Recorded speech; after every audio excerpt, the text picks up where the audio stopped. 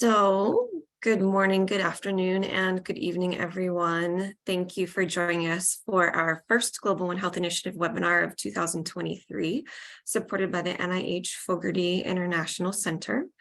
Our topic for today is climate change in One Health, and we'll be hearing from Jason Cervenec of the Ohio State University Byrd Polar and Climate Research Center.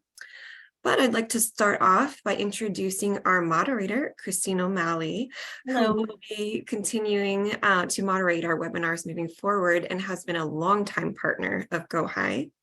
And Christine is a communications and marketing professional who has been with the Ohio State University for more than 17 years in various roles.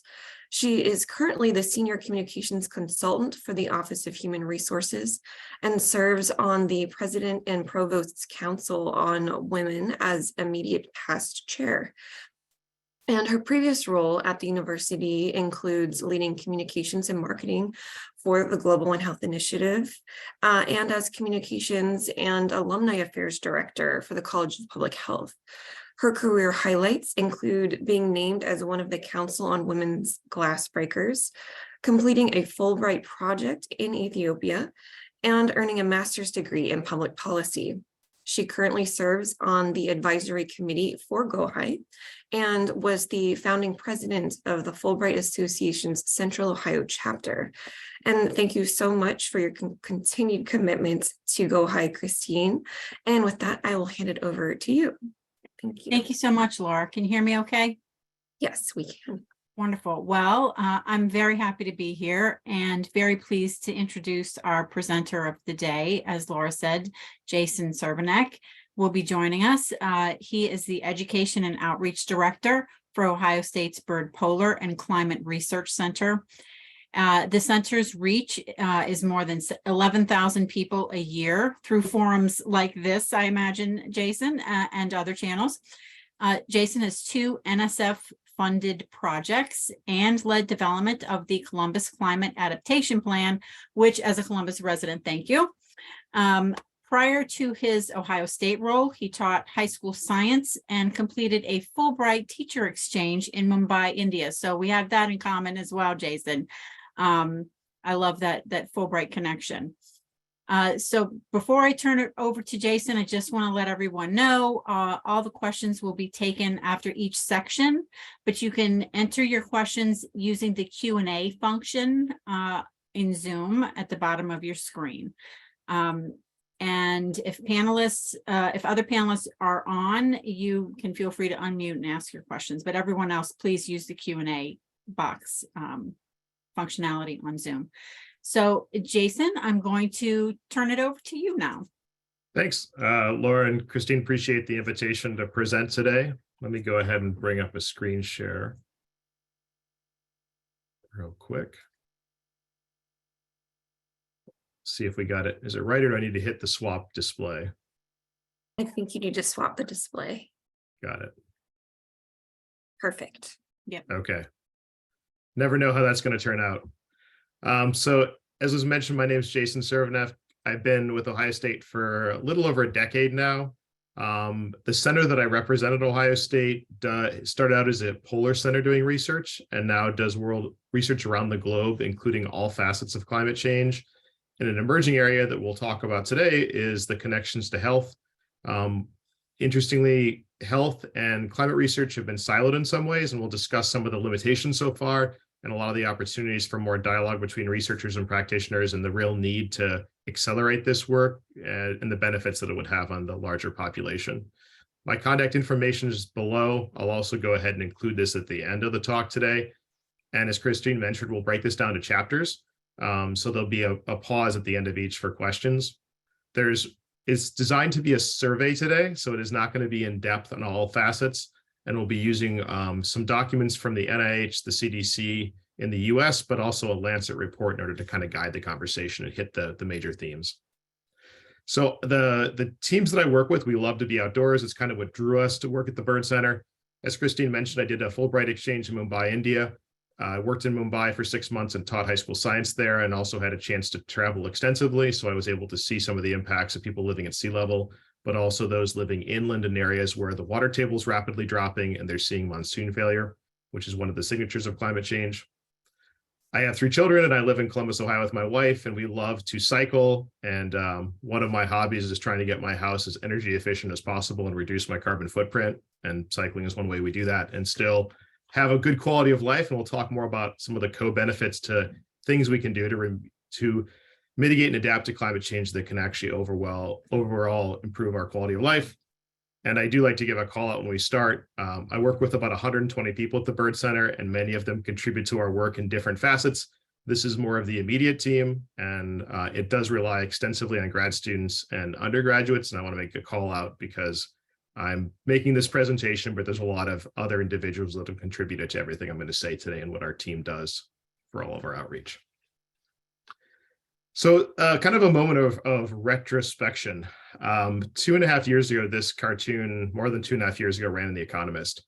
And for a lot of us in the climate space, it really resonated because while COVID was relatively new and was having a dramatic health impact, I think many of us in the climate research landscape saw COVID as kind of a very quick 2-year already version of what we were going through in the climate change space, as we try to take scientific knowledge, respond to it, and then look at the effect. And I think as COVID goes into recession, this cartoon accurately depicts climate change as being this large force in the background. It's going to have as dramatic an effect, but isn't necessarily going to go away as quickly. It isn't going to have tools to deal with it as much of an acute problem.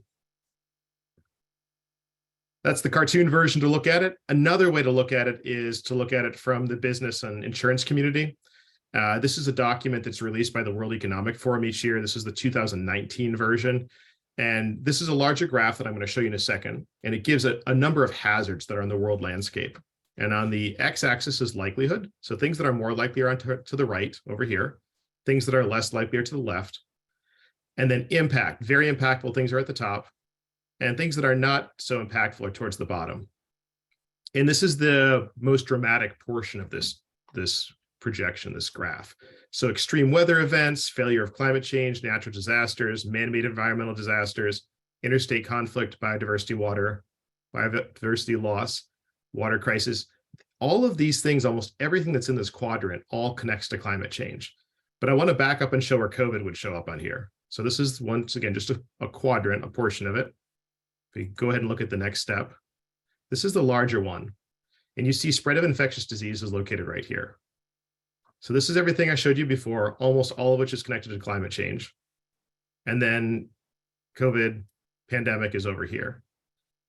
So less likely, less impactful than many of the things we see up here. So climate change is going to have a profound effect on many facets of our lives.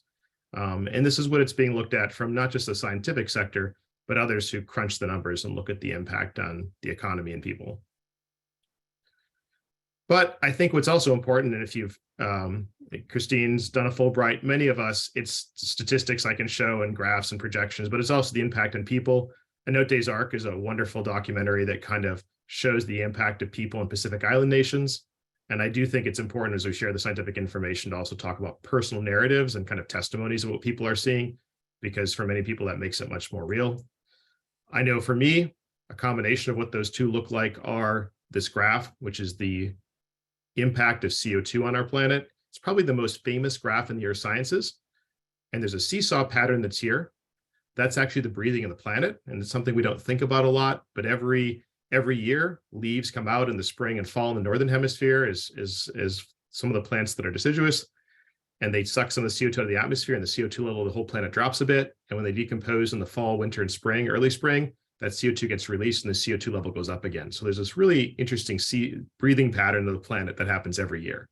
But superimposed on that, you'll see the impact of people. And that's this upward trend as we release a lot of CO2 over 100 years it took tens of millions of years to store underground.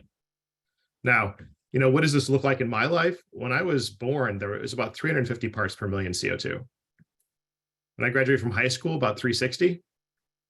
When I started my current job, about 395 to 400, and we're now over 420. And we can take a look at where we're headed. We're headed for a scenario that could be 600 to 1,000 parts per million, which is a very different planet. So before we get into the health aspect, considerations we make as we work with people in our state and our city with climate change impacts is trying to stop CO2 emissions.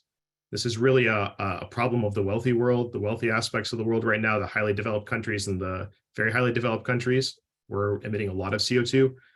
Adaptation, even in our own country, while we need to stop mitigating, we do also need to adapt. And this isn't just building stuff, it's changing our behaviors. We actually don't have enough resources to adapt all this by just building stuff. We're going to have to change how we operate. And then the place none of us want to end up, which is suffering. So if we fail to reduce CO2 and stop the warming of the planet, we don't adapt to the changes that are coming our way and have already begun, this is where we find ourselves. And I know many people think doing nothing is free, but you pay for it through the suffering that happens later. And there's an intergenerational aspect to this, right? So like my children and our young people are going to face much more dramatic effects. And anything we fail to do now, they will end up having to pay that debt off later. So here's the sections we're going to use to kind of break up today. I've broken it down to chapters. This follows very closely the Lancet report. And if you've not had a chance to read this, there's a QR code down there. And there's also the citation. And this is being recorded, so you can always go grab this later on. It's the best summary document that I can give you. And it's updated every year. I think this is the 8th or 9th year they've done this. The chapters are health exposures and impacts, adaptation planning and resilience, mitigation actions, and health co-benefits. There's a new chapter which is added this year on food, agriculture, and health, economics and finance, and then public and political engagement. And we're going to go through each of those aspects as a quick survey today, highlighting some of the stuff that stands out from my perspective, working with our state and city government and some of our researchers here. Another thing they've added this year, which is wonderful, is the visualization tool that allows you to see some of the graphics in fuller detail and investigate those. And that hyperlink is located here. Also, as part of that, there is sub breakdowns, there's regional reports. The first time they've done this by part of the world. So Asia, Europe, South America, and Australia have those reports. Well, not available yet. They are coming in the future. And there's been 2 newly established centers for small island developing states and Africa. The Africa one is the Medical Research Council unit in the Gambia. So these are coming online soon, but this gives a deeper dive into some of the details from the Lancet report. So if nothing else today, you at least have those resources to look at for your portion of the world.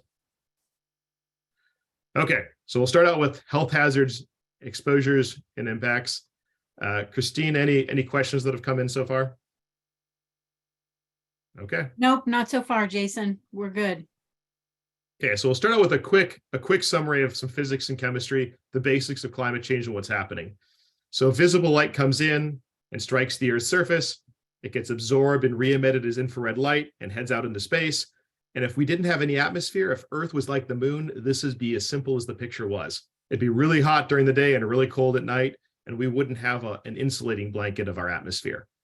Fortunately for life on Earth, we do have that insulating blanket. So these particles that are shown here as green are our water vapor, our CO2, and our methane. And what they do is some of that infrared light that's getting emitted from the Earth's surface, it absorbs and re-emits it a few times, and that slows it going back into space. And that makes it feel warmer than it would be otherwise. And this gives us a really nice stable temperature on Earth that supports all the life, including ourselves. But if you add too many of those greenhouse gases, that absorbing and re-emitting happens more times. And that additional holding of that heat towards the planet causes the temperature set point to go up just a little bit.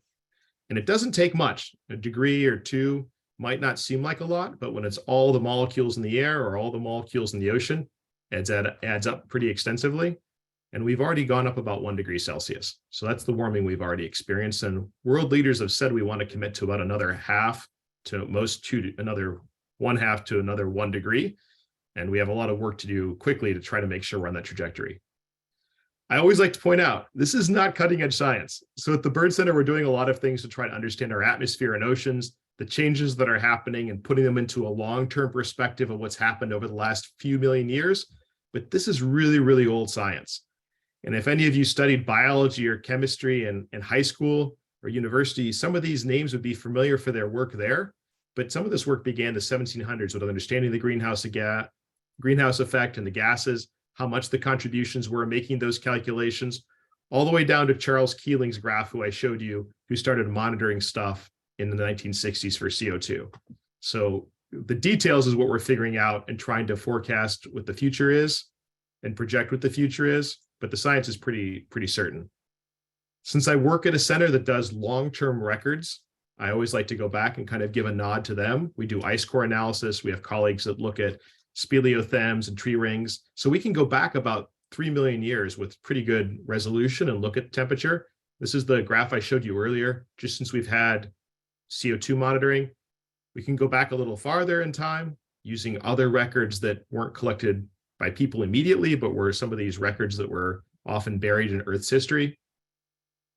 And as you go back, you'll see we really haven't gone above 300 parts per million in recent history, 10,000 years, where a lot of our civilizations have lived in settlements with agricultural practices, often along rivers or coastal areas. If we could continue back to our ice core record about 1 million years, once again, still stays below 300 parts per million. So, you know, the place we're headed to now is kind of uncharted territory. In this world of more than 400 and some parts per million CO2, there were forests in the Arctic and sea levels were tens of feet higher. So it's a very different planet with some very different atmospheric processes. Also, some patterns I can show with temperature. So we've only had thermometers for since the 1880s, which surprises a lot of people, but NOAA's done a good job of showing you. This is a display showing you in 5-year windows. Places that are blue are colder than average for their location. Oranges are warmer than average for their location. And you should see a balance, right? Some places above average, some places below average in every window of time. And that holds true till about the 1960s. In about the 1960s and 70s, you start to see a tip where we see more places that have above average temperatures than below. And in fact, for every record low temperature, we now have 3 record high temperatures occurring. And you'll see this is even more pronounced in places like the Arctic, where a lot of that white snow and that ice, that sea ice, is getting lost and it's being replaced by dark waters and dark soils that are absorbing even more of the light and making the temperatures increase more. Precipitation is the other story. And I showed 2 images from California, a state in the US that's had both extremes. We have a millennial drought going on where they've been in drought for about 20 years. A lot of the reservoirs are low. It's affected drinking water and agricultural hydroelectric power. This is true in other parts of the world as well. But then over the last month and a half, we've seen a bunch of dramatic storm events. And those storm events have dropped a massive amount of precipitation there, which has been made worse by forest fires and baked soils. And a lot of that water ran off. And there's been extensive damage and loss of life. So this is also the future of climate change. It isn't just a drying out of the planet. It's a changing water cycle where our atmosphere can hold more water. It can dry things out, has more drying potential. But once that huge amount of water decides to fall out, there's a lot more water that can drop in a storm and give us some very intense rainfall events. So what does this mean for the health landscape? The National Center for Environmental Health in the US made this wonderful graphic. The center is where a lot of our researchers work in the physical sciences, looking at temperature rises, weather extremes, rising sea level, CO2 increases. And then you'll see as these rings extend out, a lot of what you might do in the medical and the public health landscape is deal with these health impacts in the perimeter. And there's some mediators in between those. That's really the place where people in our area in the atmospheric sciences and the physical sciences have a lot of space to work with those in the health sciences to figure out how are these connected? How can we look forward and have early warning systems? How can we look after events in order to be more prepared? What data and information should we be looking for? Where should we be focusing our attention? But like I said, that center dials where often the teams I work are working directly, and you might be on the perimeter. So where's the dialogue that's going to happen back and forth between them? I think also as we go through these, there might be stuff you see on here that maybe surprises you. Maybe the mental health aspect hasn't shown up where you are yet, or maybe you haven't fully thought about the heat aspect, but maybe you're seeing infectious disease as more of an issue. But this is kind of the full palette of things we'll have to worry about going forward. Okay, so diving into some of the stuff from the Lancet report. And you'll see at the bottom of all these slides, Romanello is the author here. So all of those are listed there. So you know this is directly coming from the Lancet report. We're going to kind of go through them and we'll break at each chapter. So one of the big things that's a takeaway, and this is true in the US as well, is the effect of heat stroke. Some of the impacts are listed here of heat stroke and what the effect can be. And I think a lot of people connect this directly with fatalities and loss of life. But realize heat also reduces your capacity in order to do work and exercise. So this has a decreased quality of life, even if it's not causing fatalities. And you need to realize who the most directly impacted people there could be: older adults, pregnant women, newborn babies, and those that are working outdoors. And we'll see there's a direct connection here with the agricultural sector. Heat stress adversely affects them more than most, especially if they're working in direct sunlight. So over the last 10 years, moderate heat stress risk, an additional 281 hours per person per year on average versus the preceding period. So think about that as far as the planet. These are the additional hours we have to worry about experiencing moderate heat stress. This could be an issue of inconvenience if you're in my part of the country where maybe you can exercise outdoor. If you're somebody who's dependent on being a construction worker or a laborer in the field, it's something that's not just a luxury, it connects to your job. And then heat exposure, lost labor potential. People are asking, what's the full effect of this? 470 billion potential labor hours that are reduced. So think about the additional breaks and time for water that you need to provide, additional shading and time. Crews cannot safely be out working. These are all the things that factor in. 87% of those are in low human development index countries, predominantly in the agricultural sector. And we'll show what that looks like for these here in a second. The Lancet's done a nice job of unpacking it. So if you're wondering what the sector is, this is what the breakdown looks like.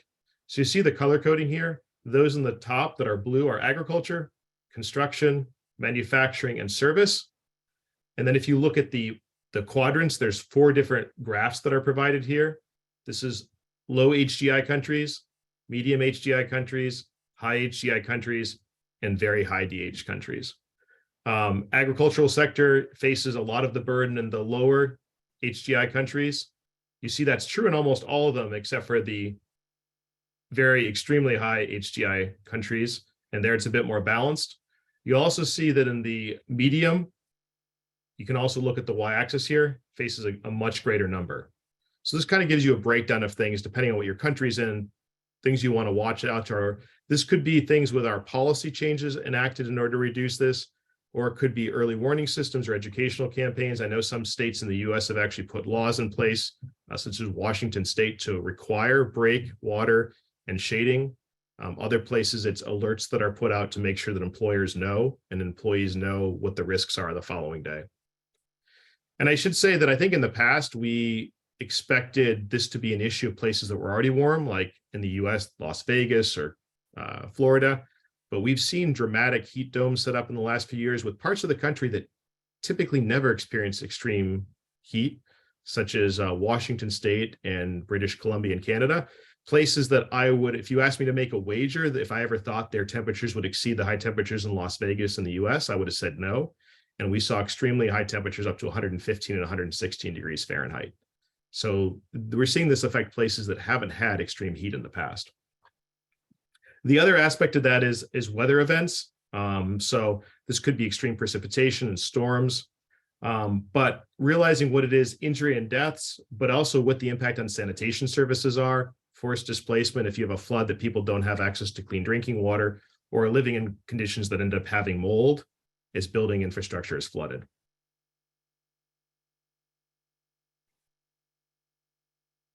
And then wildfire. So the US has seen this as well. It isn't just the fire itself. We have some people living in closer proximity to these wildlands, but also the PM 2.5 that's a result of the smoke. We've had that extensively travel through the US and impact places that are not necessarily directly affected by the fire itself.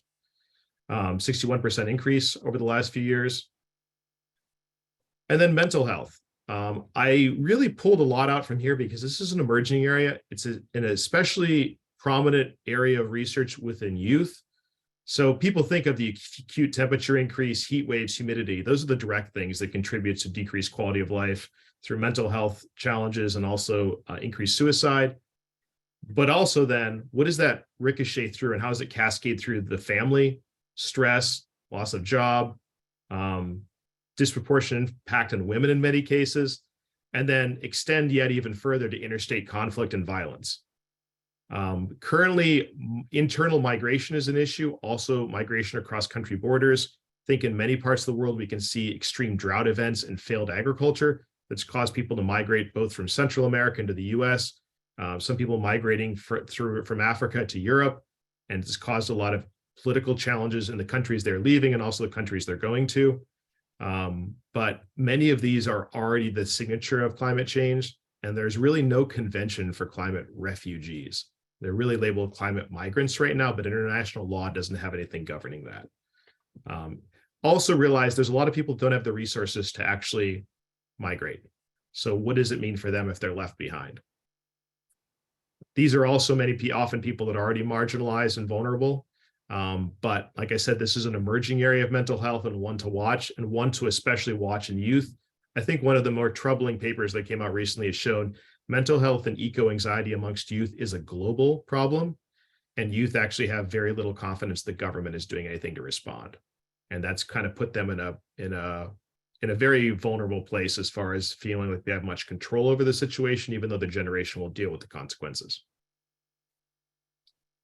So we close out this chapter, this section here, a little bit about infectious disease.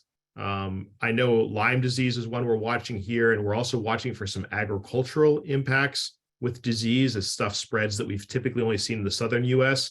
We're seeing extending ranges for certain mosquito species that carry dengue. That's in the upper left quadrant here.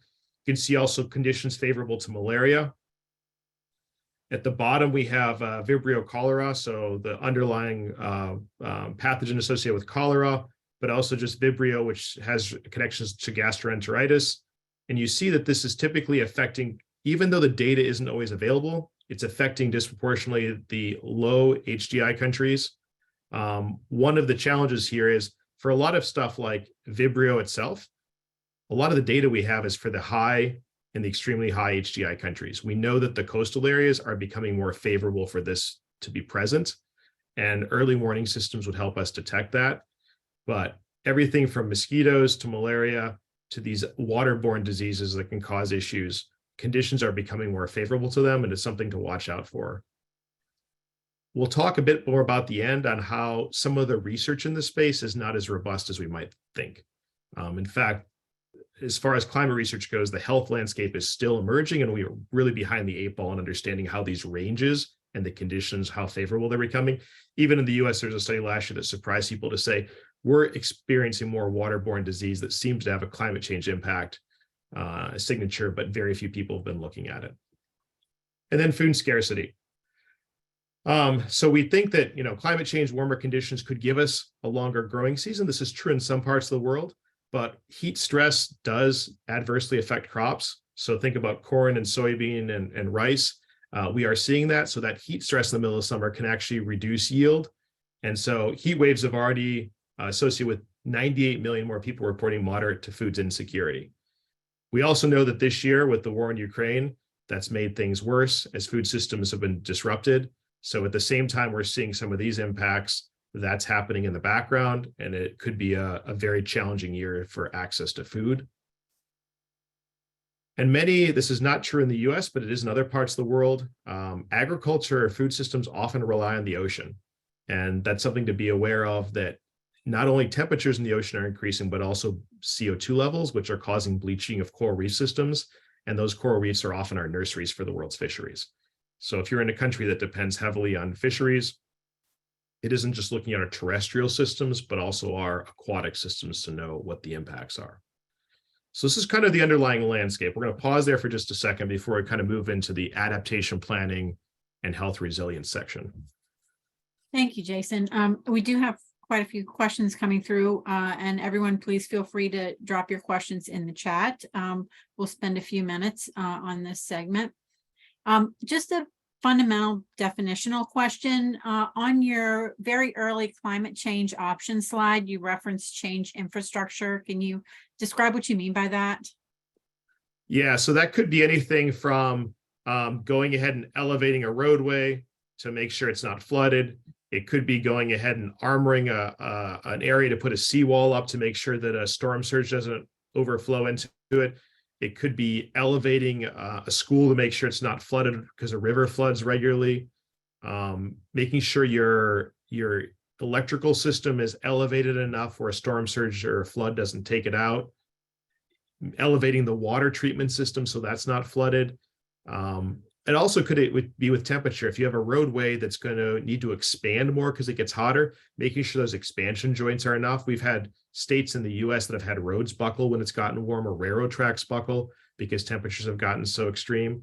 So it's things you have to rebuild. And one of the things we tell our planners in the US is typically anything you build lasts about 40 to 50 years or more. So if you're building it now, it really needs to make sure it can survive conditions it's going to experience in 2070.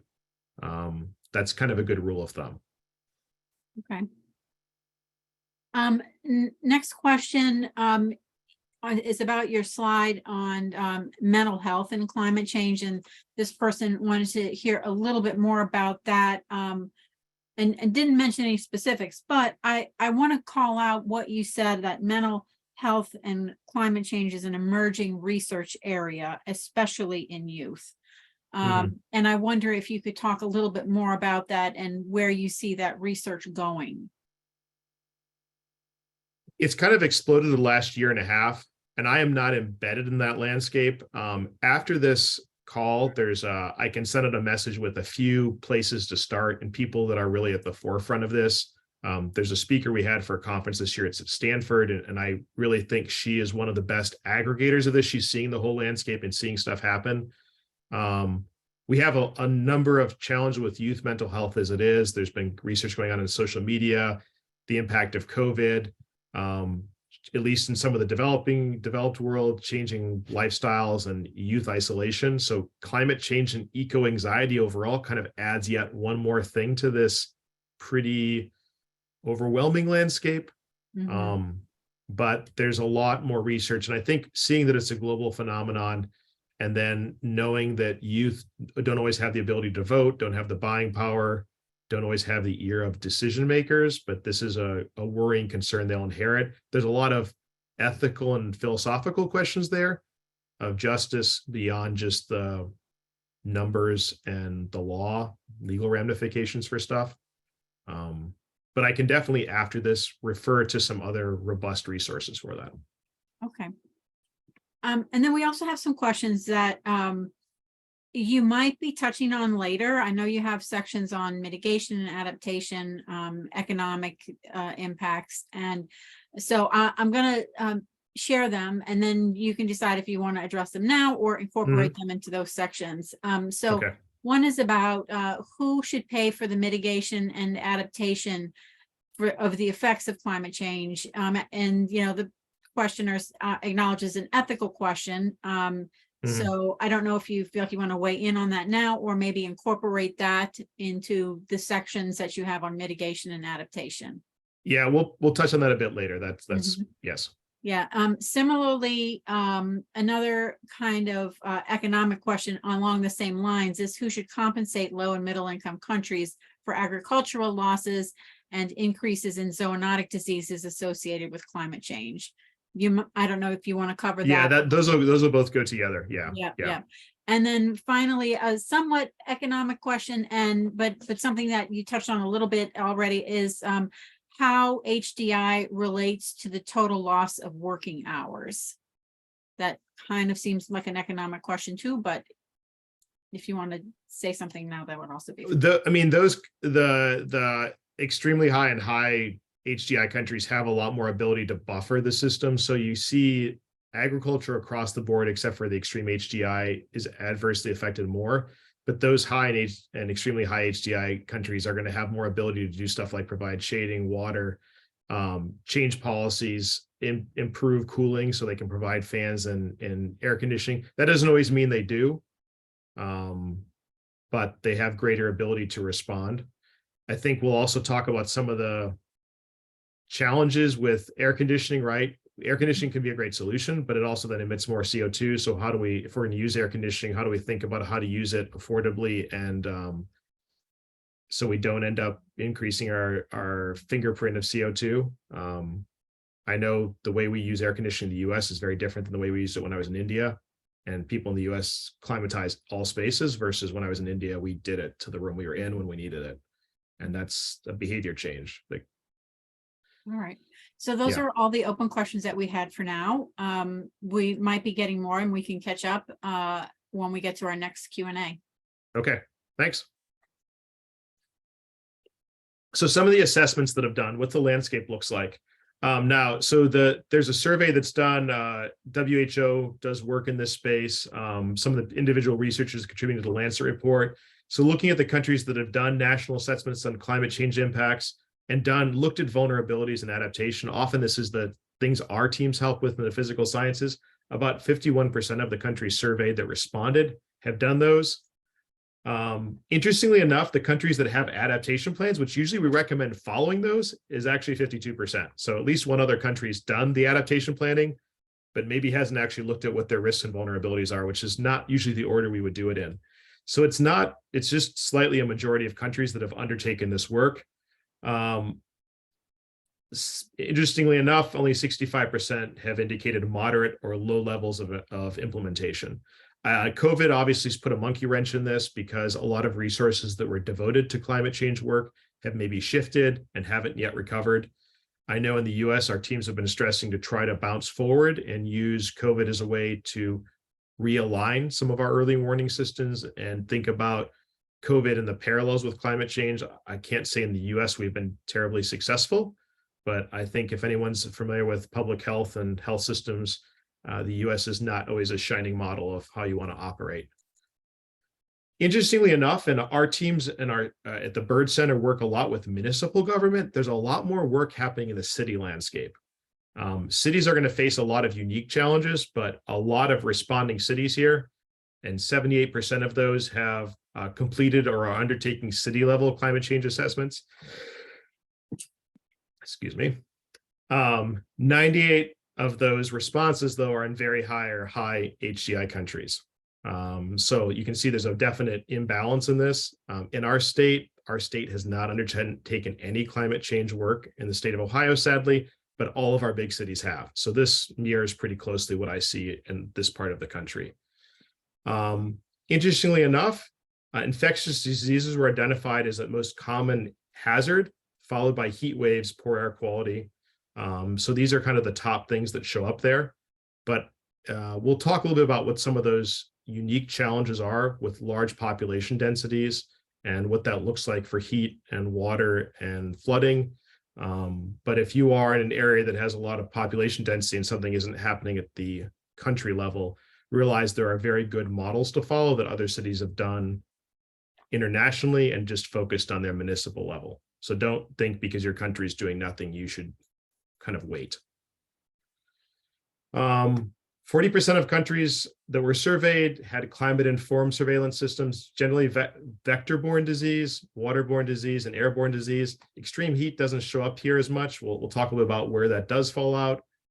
So 2021 again, vector-borne disease, 32% of countries, waterborne disease, 35%, airborne disease, 21%, zoonotics, 21% for zoonotics. Mental health, only an 8%. Like I said, that's an emerging area. And then some do have systems for surveillance of foodborne disease, all that are climate informed. Heat-related events, and 30% have extreme weather. So this is kind of where things are right now. So you might check your own country level information. You might look at your city level and ask, are you monitoring for any of these things right now? You might also look at what the risks are. Are you in an area experiencing extreme flooding, coastal inundation, extreme heat? Which of these seems most pronounced at this point? Although conditions are changing rapidly, so there might be things you have to watch out in the future that were not as much an issue in the past. And then the air conditioning thing that I mentioned earlier. Air conditioning has extensively increased in the last few years. The PM associated with those to run the electrical system is associated with about 24,000 additional deaths, but it's gone up. A third of households had air conditioning in 2020, and that's a 66% increase from 2000. So this is one way to ameliorate the effects, but it has its own side effects. And there are some parts of the world that are going to be becoming unlivable without air conditioning. So it is probably going to be something going forward. There are some systems that are more efficient, like heat pumps, and even in extremely high developed countries like the US and some parts of the country, we've still not seen as much of adoption of those, even though they are very much more efficient using electricity and reduce less PM 2.5. So if you are doing work in this landscape, specifically with infectious disease, the USCDC has an excellent BRACE framework that I would recommend that talks about the steps to go through as you're looking at specific infectious disease, looking at the impacts and assessing vulnerabilities. If there's an area where you're seeing an impact, but your population isn't vulnerable, you don't need to worry about it. Or if you have a vulnerable population to something, but there's no climate impact, you don't need to worry about it. Looking at disease burden and what that means, we're seeing this is changing pretty rapidly. There's things we're worried about in Ohio we weren't a few years ago, even with our agriculture and what that means for crops. Looking at public health interventions, trying to implement the ones that are most impactful for the lowest cost, that you have the resources on the ground, and then evaluating the impact. And this is kind of a circular process, so continuing to refine the things you're doing to have the maximum investment. So a resource available as you're looking at steps you can do in the public health landscape. For those that are living in the city, and this is true of where I live, a lot of urban centers don't have green space. And this is the most dramatic thing you can do to reduce the urban heat island. We see cities around the world that are 20 degrees warmer, and ours is an example of this, downtown, than it is in the rural areas around it. So anything you can do to put trees in that provide shade. They also absorb evapotranspirate water, which has a cooling effect. They absorb stormwater. They provide mental health benefits. They provide ecosystem services. So when you think about the benefits of a tree canopy in green spaces, you can think about just the cooling effect, but there's about 3 or 4 other effects that come as a co-benefit. And I would challenge you to think about doing stuff that has 2 or 3 or 4 returns on your investment, and trees and forests and green space are definitely one of them, more than almost anything else you can do in cities. 15% of the Green Climate Fund that was allocated goes to health-related issues. So we've seen kind of an underinvestment currently. We'll talk more about the economics later on. And then displaced and sea level rise, realize there's 149.6 million people that live within a meter of sea level currently. So if you are in an area that is close to seas, especially if you deal with storm surges, this is something to be aware of, because we do expect sea level rise to increase, especially the latter half of this century, pretty dramatically. So stepping away from the Lancet report, I also want to mention one thing. Many of you in the health arena are the only trained scientists that individual citizens and policymakers will talk to. And there's a wonderful literature now on the role you play in trying to convey this information to decision makers. So please don't underestimate your power as one of the few people that are scientifically trained they might interact with to help to convey the importance of this information. You do have a really important role to play here. And this is across the world. Okay, with that, we'll pause for quick Q&A before we move on to mitigation actions, co-benefits. All right, thanks. So one person asks if, as part of the adaptation, are we doing enough to prepare the next generation of climate experts in multiple fields? And what should we be doing to prepare the next generation to be experts in this field? I would say no, and I think it's no across the board. We need a lot more technical experts, but we also need people that do work in other spaces to have a little bit of background or realize how this work connects to them. And this is all the way down to plumbers and electricians, people that are tradespeople. In the US even, we have a shortage of people that are needed to make our HVAC systems more efficient, our heating and cooling systems, to put electrical systems in that are more efficient, to make plumbing more efficient so we aren't heating as much water and wasting water. So that's people that are trades. And oftentimes it's more of them, but also making sure their training includes stuff that's new that maybe they didn't experience when they were a student 30 years ago, apprenticing with somebody else. If you're a business owner, if you're working in energy efficiency, if you're in jobs, a small business owner, your work probably connects to climate change, maybe saving yourself money, making sure you invest in a building that isn't going to flood. Those are all things that the average person might say, well, climate change doesn't connect at all to my work, but it actually does. So there's probably a base level of information everybody should have. And then we have a shortage right now of companies that want to hire individuals that can look at stormwater and do assessments. figure out how much temperature increases are going to affect maple syrup and animals that are in their facility. Isn't there sufficient cooling? And we have a shortage of those employees right now. So it's kind of across the board. How does everybody get a little bit more knowledge? How do we know we need a lot more tradespeople that know new things going on? But also, experts. And I think this is a great example. Health and climate have been pretty siloed. We need a lot more people that don't necessarily have a PhD level, but even a master's level, that are kind of cross-talking these two landscapes and can understand where the bridges are working with researchers and practitioners, because a lot of practitioners have great questions, but they're not sifting up to the research landscape. And a lot of the research and what we know isn't necessarily infiltrating out into the practitioner landscape that can be the bridges there. Thank you. And I'm glad you brought up the fact that, health and climate change studies are so siloed, because, One Health is the concept that, the health of humans, animals, plants, and the environment, it's all interconnected and mutually beneficial, right? They're mutually reliant on each other. So how do you think that concept of One Health can be applied to help break down those silos between, the health fields and the climate change work?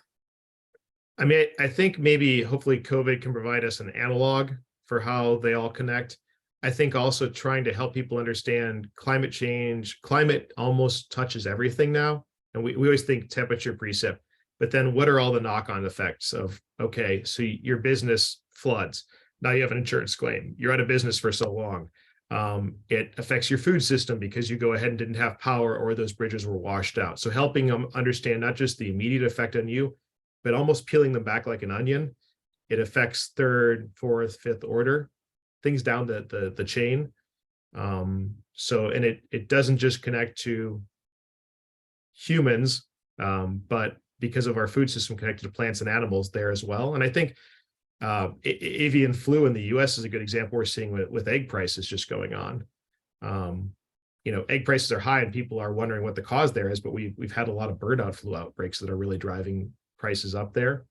And then if you end up having an extreme heat event on top of that you can't cool facilities, would that be even more fatalities with chickens? And that would disrupt the food chain more. So often climate change often layers yet one more thing on top of the challenges we already have to face. So it could contribute, or it just adds one more challenge on top of it. Okay. That's not an easy thing, but it touches on everything. So it's right. I feel like in that One Health model, we also need to include planetary health, in that it all interconnects. So we have a couple questions that, again, I think you might be covering one of them in this next section, because it's specific about mitigation and how to balance mitigation with, the causes and the creation of more climate change. Mm-hmm.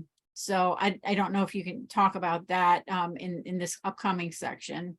We'll talk a bit more about it in the next section, but I've been telling people, as we worked with the cities, one of the models we've been following is trying to focus on what has the most immediate impact, the most return on investment, that you have people knowledgeable in how to do and the political will to do. So don't fight hard, expensive battles that are things that don't matter. Focus on the things that are the biggest impact you can do as fast as possible and prioritize things there. And realize there are trade-offs here, because we can't stop emitting enough to end the impacts. At the same time, we got to keep our eye on these impacts are going to happen and I have to be prepared for them. And that means there's kind of a two-pronged approach right now. Got to reduce my emissions, try to make sure I do enough to adapt, but hopefully my adaptations don't end up contributing to the problem that I need to stop in the first place. And it's going to be difficult. And the reason I use the Lancet Report as a background is your circumstances are different than mine. And you really have to know your specific circumstances. There's no solution that is a one-all panacea that will solve everybody's problems. And then I know you have a section later on policy and political will and the political commitment to climate change. We do have a question about can we really make any impacts on some of the things you're talking about without having that political will and the commitment. We have the evidence. Rich countries emit larger volume of CO2 while low and middle income countries are struggling with the impacts, that whole political commitment. I don't know if you want to address that now or save that for later. Well, we can come back to it a bit later. Mhm. It has not been a success story. I mean, that is and it's not been a success story. There's a justice story too there. And there's a justice story geographically and then intergenerationally. Mhm. But no, we have not been successful. And the other thing we know is it isn't just more science, right? Like the science has been clear for 3 decades, and yet we still haven't done enough. We'll talk a little bit about some analogs of where this went wrong. And I think it's important for us to know the analogs of where this failed. So we help people understand we've seen this strategy before of delay, and it's a deliberate strategy from certain powers that be. And we need to make sure people are aware of that narrative so that they know we don't want to fall into the same trap. And in climate change, there's also this ethos emerging amongst some fossil fuel companies that, oh, we can't stop it all, so we shouldn't bother to stop any of it. And I always caution people, 1.5 degree warming or 2 degree warming Celsius is very different than 3.5 and 4.5. So don't treat this as an all or nothing. We want to treat it as keep it as low as possible. And if we don't hit 1.5, we really want to hit 2 degree. We don't want to hit 2.5 and 3, and don't find ourselves in that defeatist attitude, especially for youth. We always want to make sure we want to make sure we're realistic in how we share information, but also we want to be a little bit hopeful. Like we can't leave young people demoralized as though there's nothing to do. We have to leave them with volition and things they can do and try to move them into that space. Okay, thank you. So why don't we go ahead and move on? We have no more open questions. Okay. But everyone, please feel free to keep dropping your questions in the Q&A, and we will get to them at the next session.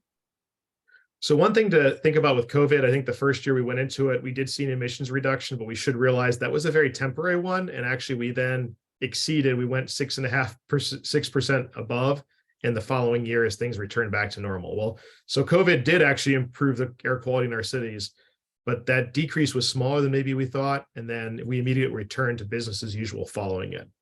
So decarbonization has not been successful so far. And I think then the war in Ukraine has also made things challenging this year as we've seen disruptions to food systems, but also energy supplies. And our system is not enough on renewables and nuclear at this point that we can just turn to other sources of natural gas. We have seen a decrease in coal in some parts of the world, not all, but that is added. Now, there are questions long term. Will Ukraine end up pushing us more towards renewables? But that is probably a 5 or 10 year prospect to see what that looks like. The benefits of decarbonization would be great. And I think it's important to think about the benefit to reducing greenhouse gases and climate change, but also dirty air, right? So PM 2.5 and a lot of other pollutants that are released, heavy metals from these. We see this in the US even, moving away from coal. A lot of people that live downwind of coal end up breathing in that material, and their decreased quality of life is suffered. So all others of us that live further away can receive the benefits of really inexpensive power. On a hopeful note, renewable energy reached a record in 2020, the most recent year that energy records were available. So 90% of new energy installation in 2020 is renewable. Realize that there's a lot of legacy infrastructure. Those fossil fuel operations are around for 30 and 40 and 50 years, but new installation is overwhelmingly renewable. Realize this is only electricity though. So this doesn't talk about heating and cooling houses or buildings or the transportation sector. Those are other stories where fossil fuels are still the big force. And we'll talk about some benefits to this as far as jobs and gender balance within that workforce. So we mentioned clean energy. Biomass still accounts for 31% of household energy consumption. This is a real issue, especially for people that are burning biomass in their homes as a way to heat water and to cook their food. And the higher fatalities and mortality that results is from PM 2.5. So that's estimated to contribute to 3.3 million deaths in 2020. 1.2 of those directly related to fossil fuels, and then you have burning of other materials. And this is what the breakdown looks like. So once again, low HGI countries at the top, medium, high, and very high. And you see that the Lancet report breaks it down by sector. So you have everything power and the sector of the economy, but then also what the fuel source is. So for example, in households, how much of it's coming from coal versus liquid versus biomass, same for agriculture. And you can see what the breakdown is. So maybe a bit lower in low HGI countries, much higher in the high sector itself, but then it also breaks down, and one of the areas to look at with biomass and that and what's happening in people's household is just here. You know, this is all the portion of their houses where people are being exposed to stuff. There's often a surprise looking at some of these statistics. The high and very high countries are as great as they are in mortality. And that's really a lack of willingness to change policies. It's not that the resources aren't there. It's not that the technology isn't there. It's a lack of willingness to have policies that ensure better air quality for everybody. And I think I feel like in the last probably 5 or 10 years, there's been a definite change, at least in the US, in public awareness of PM 2.5 as we can measure it now. I've got a sensor sitting behind me that is relatively cheap. I have one in my house. We've installed some throughout the city with a collaborator. You can buy these household sensors to measure 2.5.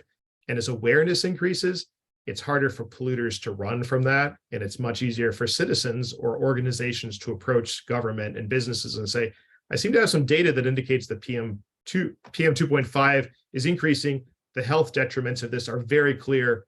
This source needs to change. And so I think a lot more citizens are taking into their own hands to collect data to start to question policies in government. And this PM is a good example.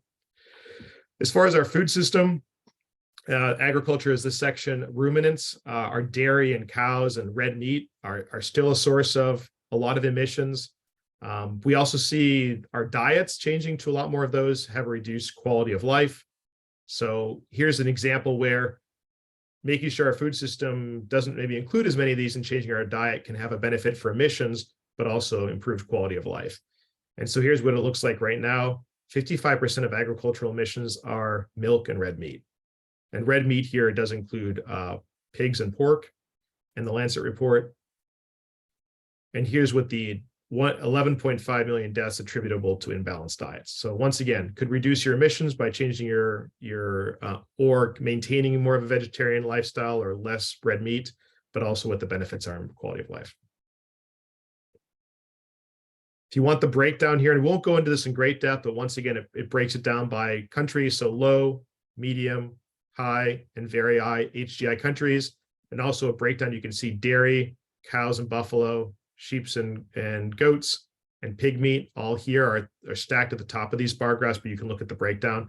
Obviously, a lot more consumption in extremely high or the very high HDI countries.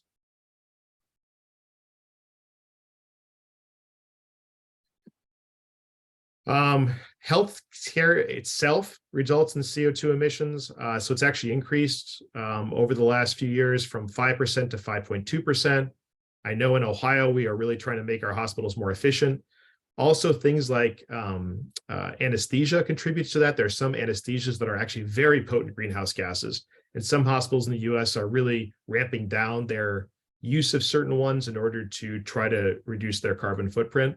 So it's not just how much your hospital's burning to keep the lights on or to keep the building warm. An interesting graph that definitely doesn't make the US look in very good light here is this graph that was provided by the Lancet. So this is showing you on the x-axis per capita expenditure, so how much per person we spend for healthcare, and then life expectancy here. You can see it kind of follows a trend. So if you spend more per capita, you have a longer expected life. You can see South Korea up here at the top and some other countries. India more towards the bottom, but also kind of the US is a massive outlier over here. We spend a lot per capita. I don't think this is a surprise to anybody who knows about our healthcare system, but our actual life expectancy has dropped in the last 2 or 3 years. So not necessarily getting stellar results for what's happening, but this gives you a breakdown. In some countries that are per capita spending, their emissions is very, very less. And I mentioned cost there. Oftentimes these emissions then connect to cost as well, right? If you're using a lot more fuel, you're going to spend a lot more in order to provide healthcare. We spend a lot, we emit a lot, but we don't necessarily get life expectancy as a return on that. And some countries that are doing quite well, like France, high life expectancy, but their footprint's relatively small. So kind of a summary for this section before we pause for a second. So COP26, we made historic commitments to reduce our climate footprint and reach net zero health systems. We've seen a lot of beginning of that work, but there's a lot more to do, and there's millions of lives that could be saved by this.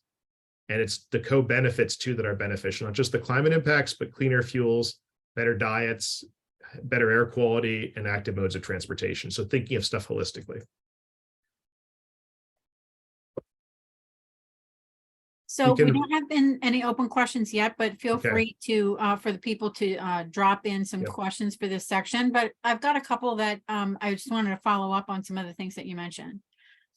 About the red meat and dairy. So it seems like shifting away from red meat and dairy for protein, it just seems like an enormous culture change and economic disruptor potentially. But you know, cattle have such a huge climate and health impact, right? Not just eating red meat, but raising the red meat. How would you advise approaching that kind of culture and economic shift? Yeah, that is so there's a few things going on in that landscape. Some of it is countries that are becoming more affluent are eating more meat. That's a pattern we typically see. There is emerging groups in the US where you're seeing more of a move to vegetarian lifestyles for both the ethical considerations, the environmental considerations, or the health considerations. And so, which has been quite interesting. There's a emerging group in the African American community, even amongst rappers, that are advocating that lifestyle. So, and it's an interesting analog to look at how that quality of life is kind of wrapped around that decision on diet. Not extensively published, or you haven't seen a lot written about it, but it is being more closely documented in the US. I think for a lot of people that raise these animals, it's connected to their culture, and that's where you get challenges. Not even people that are eating it, but people that are raising it. It's part of their identity. So if you're going to move off of it or change something there, it's a much deeper change that culture is much harder to change. And in response to that, we've seen technology solutions proposed, such as changing the diets of cows with adding seafood that reduces the methane that they burp out, or having them defecate on pads or urinate so that waste could be collected and didn't end up just in the waste stream ending up in waterways, but they can be put in a biogester to release the methane and capture it. So work across the board as people are realizing the contribution, and then all the way down into, we didn't mention it here, but food waste. Our biggest methane emitter in the county I live in is the landfill. And so how do we reduce our food waste? And if we have food waste, how do we compost it? In a lot of other countries, there might be animals it's fed to that process. In the US, we bury it, but that means it turns into methane, which is more potent. So how do we try not to do that? But if we are, composting in your yard and don't end up sending it to a landfill. It's not an easy solution because the cultural aspect, right? Anything that involves culture is hard. Right. And there's a follow-up in the chat. This person asks, what about consuming poultry instead of red meat? Yeah, as far as the benefits here, the emissions and that is much better. For the same protein amount, it's much less potent contributor to greenhouse gases. Okay. It's not as good as vegetarian lifestyle, but it's better than the alternative, other sources of meat. Right. I also wanted to follow up on your comments about hospitals and health systems. I mean, I personally was really surprised at the information you shared. That had never occurred to me that sector would be such a huge contributor. And so I just wondered if you mentioned anesthesia as a possible area to look at for hospitals and health systems, but if you could recommend that hospitals and health systems either A, do one thing that has the biggest impact, or B, take the easiest step for them, what would those be, and are they the same thing? That is a hard one to answer. There's an initiative called Project Green Health, and that's some of the things they look at, because it depends on the system. Like in Ohio, a lot of our hospitals have energy efficiency programs, and they've really ratcheted down. If your state hasn't done that, that can save your hospital its bottom line, but it also can save power. So you should probably do that. There's other places that have done that where they're maybe trying to reduce their waste stream, or they're working on the anesthesia aspect. And so it kind of depends on your location and what you've done, but Project Green Health has tools for that, has practitioners that are doing stuff in their hospital system or their medical system are happy to share what's working. But that also depends on your specific circumstances, and they would be better qualified. So if I'll add a note to send that out in the follow-up. Thank you. And I know we've already had quite a few questions on the economics and finance topic. Oh, wait, we're getting one more, but what about radiation emissions in a healthcare setting? That would be something I wouldn't look at as close. Like the Okay. Lancet report wouldn't cover that because it's not climate connected. All right. So anyway, I do think we're getting a lot of interest on this economics and finance section. So why don't we go ahead and transition there? Yeah. So overall, there's been numerous studies that have shown the health benefits far outweigh the costs for accomplishing climate change goals. This is a WHO report that came out just before the pandemic. Lancet report does dive into this every year. There were some questions earlier about the kind of the Green Climate Fund. So there was supposed to be $100 billion annual commitment 13 years ago. This was supposed to help make a just transition. It was already mentioned. The countries that contribute the least to this problem are disproportionately faced with the biggest impact, but have the fewest resources to deal with it. And we've still not seen this fund adequately topped up. Places like the US have traditionally, while we may not be the biggest emitter today, we are still one of the biggest emitters, and we have a long legacy of how much we've contributed to the atmosphere. And I think I try to share with my colleagues in the US that maybe push back against this is we all benefit from there being less emissions, right? It's kind of like being on a boat right now, and there's some holes in the boat, and we're taking on water, and we want to keep ourselves safe, and we can bail the water out, but it's probably good if we stop the holes and we stop drilling more holes. So while we contributed historically to this, we have a benefit in the US from others not making the same mistake we did, especially since there's new technologies that can allow us not to emit as much, but that doesn't come for free. And I see the transition we're going to go through is going to have to be very much like the cell phone. In a lot of parts of the world, we went right to cell phones and skipped the landline. And I think with energy systems, we need to skip the fossil fuels and go right to renewables. And there's ways to do that, but there needs to be funding to do it. Economic losses, putting this in dollars and cents somehow conveys the message to some individuals. So economic losses from this, 84% of economic losses were in high HGI countries, double the global average in 2021.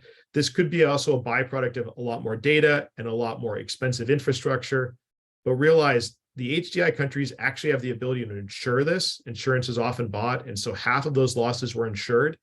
As soon as you drop down to the high HGI countries, only 8% was insured, 5% in the medium countries, and 0% in the low HGI countries. So we often find insurance is not the best solution here. You're better off adapting and paying for infrastructure behavioral changes, because that gives you those co-benefits. Insurance only works when you have to cash it in, but at least having some ability to protect yourself from losses versus as you go down the HGI index, a lot of those losses have no way to be repaid. Heat-related fatalities, if you just look at those exclusively, estimated to be $11 billion in 2021. That is for mortality. So if you total up the incomes, that's average income for 12.4 million people. And this is what that looks like by country. So just, you can look at the equivalent income. You can see that income, because it's by income, it biases it a bit against the very high HGI countries, but this is what the income average per person is if you monetized what those losses are. We mentioned earlier that is disproportionately in the agricultural sector. Labor capacity, potential income, $669 billion US for the agricultural sector, which is the most directly impacted.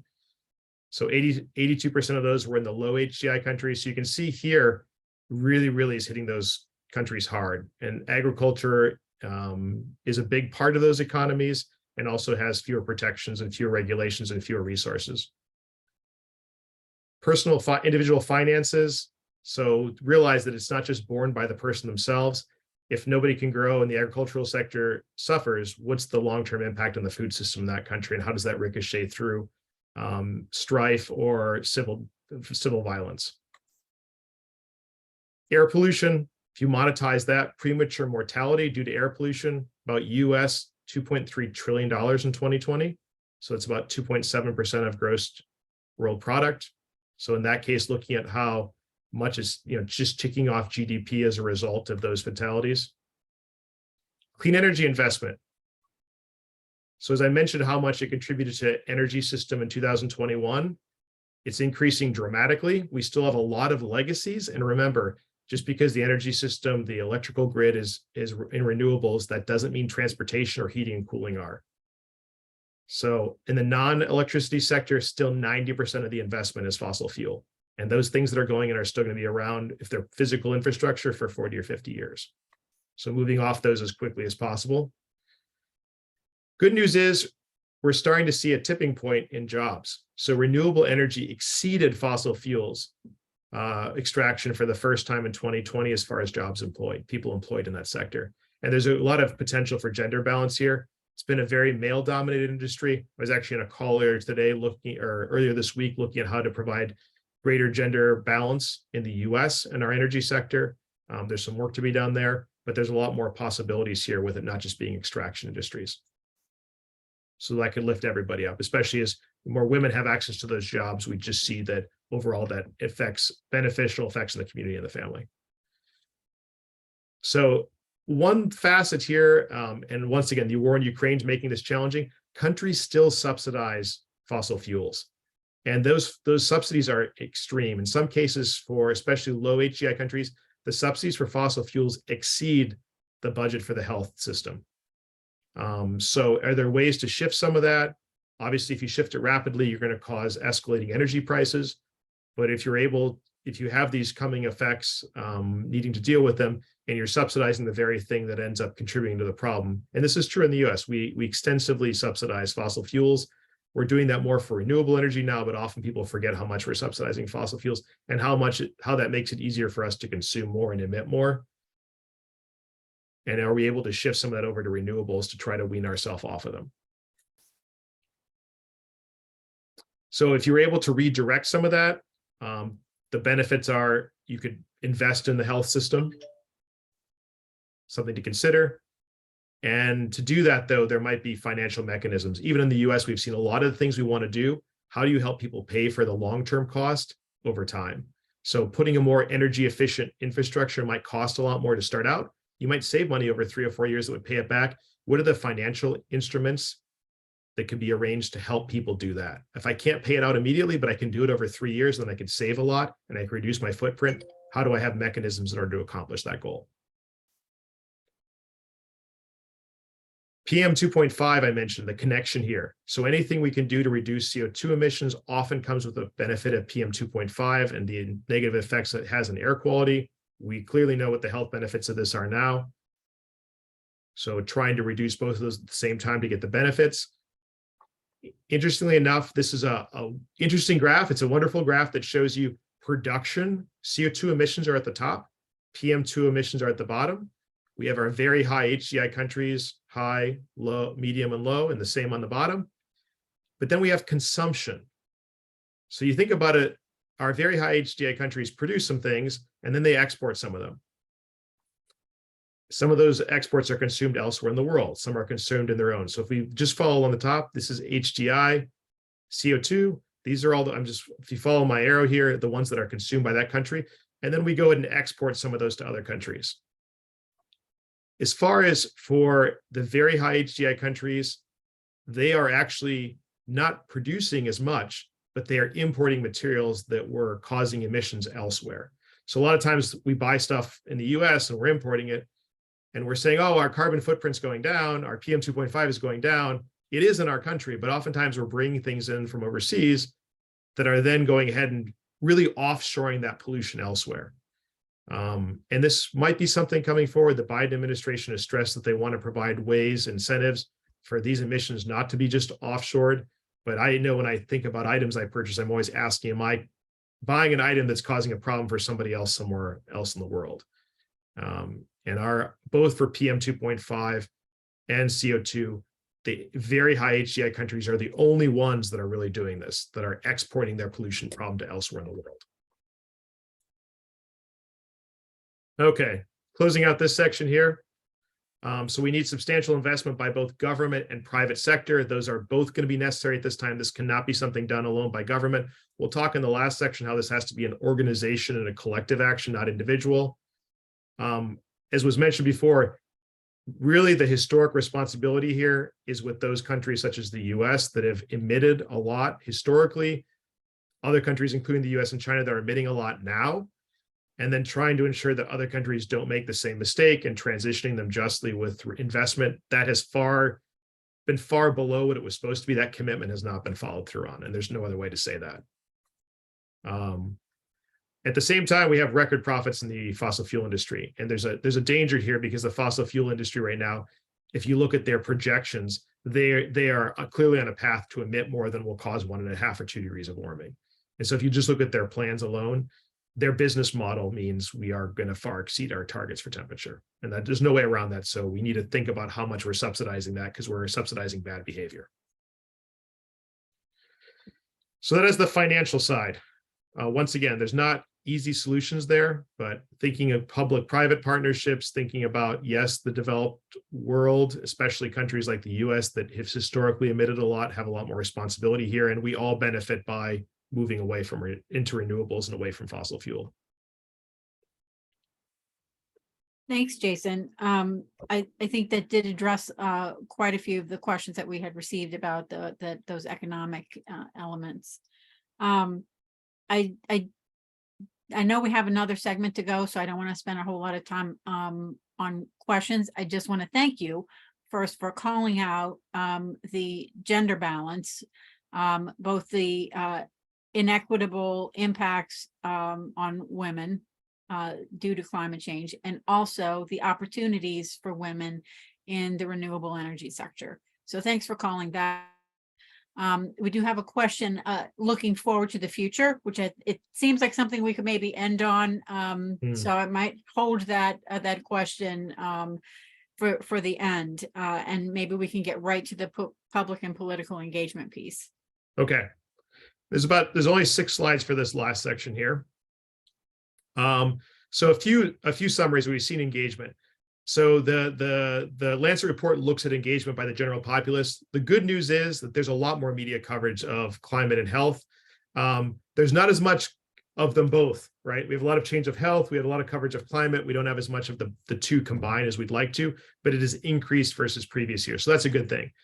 I didn't include it here. There's even more Twitter coverage of extreme events. We see people posting more about these events and what the impact of them is, which hopefully has a knock-on effect of educating others what they're going through.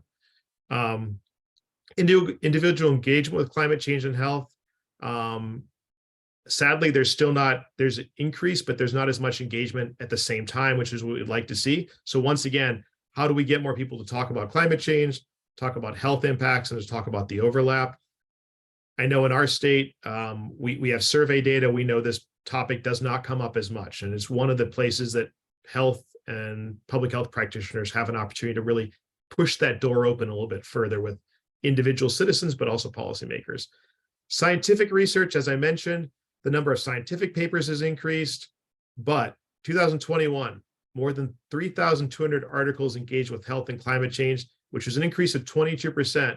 But on the overall scale of climate articles or scientific articles is extremely small. So this area is still in its infancy. There's a lot of work to do. And once again, for those looking for rewarding careers, the engagement with practitioners and researchers and getting some of these questions asked and answers researched would be particularly helpful. So not as much research as we'd like to see. And then corporate sector. There is more corporate engagement, and the US Global Compact does keep track of engagement with countries and their work in this space. We mentioned some of the liabilities with fossil fuel industry. We see a lot of companies wanting to work more in this area, some genuine, some greenwashing, some a continuum there. For a lot of small business owners, there's work to be done here, but at least overtly, we seem to be on a good trajectory there with more engagement. Now, I do like to tell people this isn't just about what you do. This is kind of an onion. So individual actions are important, but then thinking about that, what's your network of family and friends that you can get them to do things? If you're part of an organization, nonprofit, faith community, some of the least efficient infrastructure in the US are churches, synagogues, and mosques. Our faith facilities are very energy efficient. There's a lot of work to be done there. Public through voting, purchases, and then cultural, obviously the hardest one to change. But trying to make sure you're not just doing your stuff on your own and not sharing it, but trying to keep increasing that to each of your larger networks, because we do need collective action, not individual actions on this. Some analogs here. Fossil fuel and climate change have been fought against by companies that make a lot of money by emitting, by individuals often of a libertarian mindset who see this as an attack on freedom, although we could argue being chained to fossil fuel impacts isn't really very free if you don't have a lot of volition.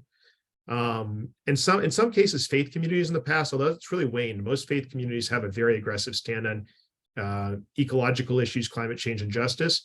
In the US, we had a similar issue with smoking. In the 64, our first Surgeon General report came out telling us the harms of cigarettes. We didn't have an agreement till 98 when their whistleblower said the cigarette industry hid some of the information, even though we knew for 30 some years that cigarettes were deleterious. And I share this to say there was no reason for it to take this long if we trusted valid, balanced scientific research to open and share information. But there was a lot of money spent in the US to make sure, and now this money is working overseas to make sure people keep smoking because there's money to be had. It was a delay tactic. It was done by communications industry, marketing people with support of certain companies. But that's not the only one. Lead paint in the US is an issue. I have 2 children with lead paint exposures because we live in an old house. We did what we thought was everything right when we renovated. We also keep our windows open, so we probably have some wind and paint blowing in, some lead from neighboring houses. But we knew since Roman times lead was bad, and there was even research in the 30s and 1920s, and many countries in Europe banned lead and paint in the 20s, 1920. But a lot of companies in the US made money off of this, and they didn't want their product to be demonized, so they funded oppositional research and parallel science, demonized and attacked in the political landscape. And that meant we didn't see any regulations till the 70s.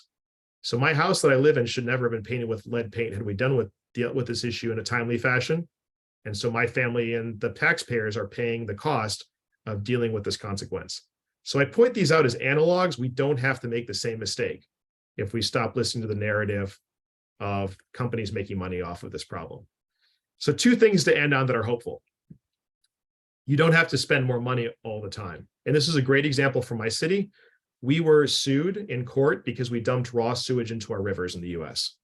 And in the city, we've spent 20 years trying to solve our raw sewage problem. And one of the last steps of this was to put a massive pipe underground and to spend about $1 billion doing this. We'd hire a company from far away. They would bury the pipe. It would take care of the raw sewage, and we wouldn't have a problem. Instead, they tried a different approach that's now been studied and shown to be very effective of putting rain gardens in. They put these rain gardens in. The cost was the same or less.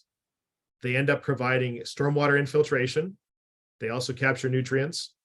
They provide mental health benefits, ecosystem services, but also jobs that are local, by local individuals that are trained to do them and that will continue to maintain these infrastructures.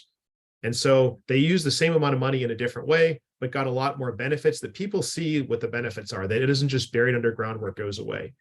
Something else to consider is you need to make sure you have a social scientist in these. They forgot to ask the neighborhoods permission when they put them in. And some of the neighbors kind of were unsure of what they were. So if you do this kind of work, make sure you involve the people. The people are often the hardest thing to work with because of our culture. A second is from the Netherlands. So this is an example of farming practices that are more resistant to flooding and try to take advantage of the benefits. So a country that's very close to sea level that has flooding from rivers, they used to build dikes and try to stop the water from flooding farm fields and all the livestock that would be there. And what they decided to do instead was move houses and elevate them. And the house would can have enough space for all the pasture that the animals would need for a few days. So if it floods, they could just move the house would already be elevated. You move all the livestock up there. The river can flood. It actually provides nutrients to the fields, which is a good thing. And the flooding abates in a few days and all the animals can return to the pasture.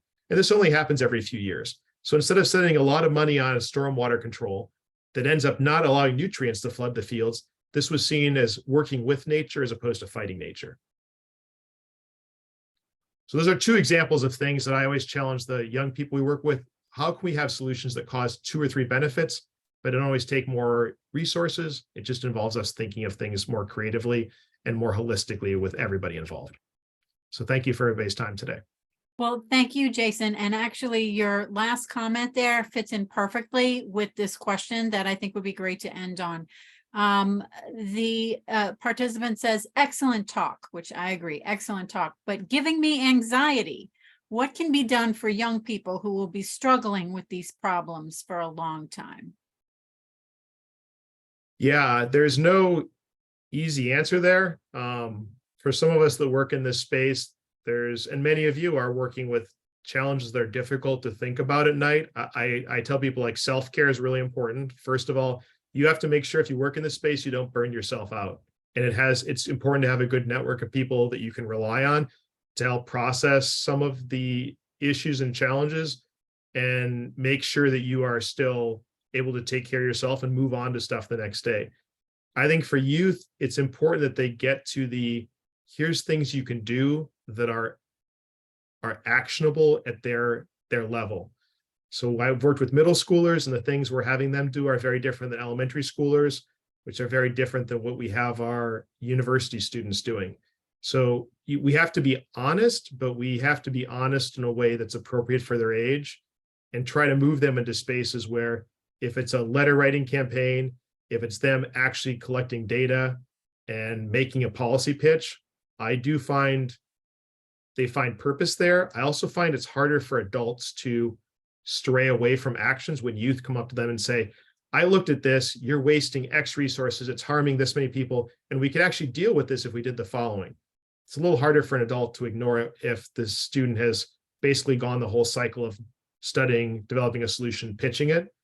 And honestly, pointing out some of the hypocrisy. And I recommend to youth, you have a lot more to lose in this. You should be a lot more vocal, and you have a lot more right to call it for unjust, because it is. And that's not really a scientific viewpoint. I tell people that our ethics and faith traditions often are what we're going to have to rely on to make a case, because this is really a justice issue. This is not necessarily a simple dollars and cents issue, or a simple issue of do X, Y, and Z. And they have a right to be upset. It's going to affect a lot more of their life than it is mine. Well, thank you so much again. And we're getting more comments on excellent talk. Wonderful to be part of this and speak with you today, Jason. And now I want to turn it back over to Laura to close us out. Thank you so much. Yeah, thank you, Jason, for your critical and enlightening presentation, to you, Christine, for your wonderful moderation, and to all of you in attendance for your wonderful and important questions. Please note that all of our recordings are posted on our GOHi webinar webpage under the past webinars dropdown. It usually takes a few days for the webinar recordings to post, and I've copied the link in our chat box. And then for our February webinar, we will resume with our normal schedule, taking place on the third Thursday of each month, which will fall on February 16th from 8:30 to 10 a.m. Eastern Standard Time. And the webinar details will be posted to the GOHi webinar webpage shortly. And thank you all again, and we look forward to seeing you in February. Thank you so much. Bye.